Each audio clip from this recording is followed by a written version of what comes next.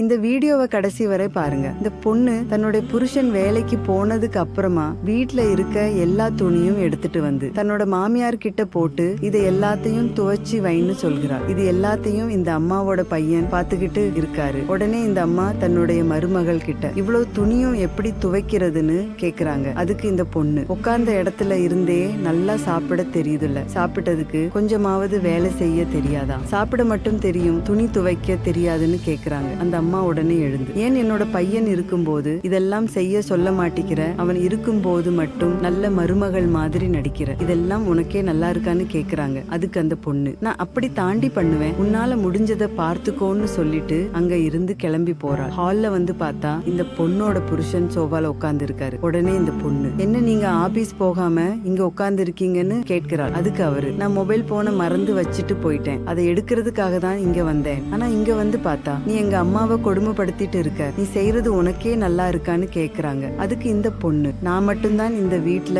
வேலை செய்யணுமா, ஏன் உங்க அம்மா செய்ய மாட்டாங்களா, நான் என்ன வேலைக்காரி இந்த வீட்டுக்கு, இப்படிலாம் என்கிட்ட பேசினீங்கன்னா நான் என்னோட வீட்டுக்கு கிளம்பி போயிருவேன்னு சொல்கிறா. நீ போறனா போ, எங்க அம்மாவை கொடுமைப்படுத்துற பொண்டாட்டி எனக்கு வேணாம்னு சொல்றாரு. அதுக்கு இந்த பொண்ணு, உனக்கு அவ்வளவு திமிராயிருச்சா, என்ன மாதிரி ஒரு அழகான பொண்ணு உன் மூஞ்சிக்கு எல்லாம் கிடைக்குமா, நான் எங்க அம்மா வீட்டுக்கு போறேன்னு சொல்லிட்டு கிளம்புறா. இவரும், நீ இனிமே எனக்கு தேவையில்லை, நாளைக்கு நேரா கோர்ட்டுக்கு வந்துரு, நான் உனக்கு டைவர்ஸ் கொடுத்து விடுகிறேன்னு சொல்கிறாரு. இதெல்லாம் பாத்துக்கிட்டு இருந்து அவங்க அம்மா தன்னுடைய பையன் வந்துகிட்டு, இந்த மாதிரி பிரச்சனை எல்லாம் நடக்கும்னு தெரிஞ்சுதான்ப்பா நான் அமைதியா இருந்தேன்னு சொல்றாங்க. அதுக்கு இந்த அம்மாவோட பையன், பரவாயில்லம்மா, எனக்கு அவளை விட நீ தான் முக்கியம், நீ மட்டும் எனக்கு போதும், நம்ம சந்தோஷமா இருக்கலாம்னு சொல்றாரு. இவர் செஞ்ச செயல் உங்களுக்கு பிடிச்சிருந்தா இந்த வீடியோவுக்கு ஒரு லைக் போட்டு கமெண்ட்ல சூப்பர்னு கமெண்ட் பண்ணுங்க.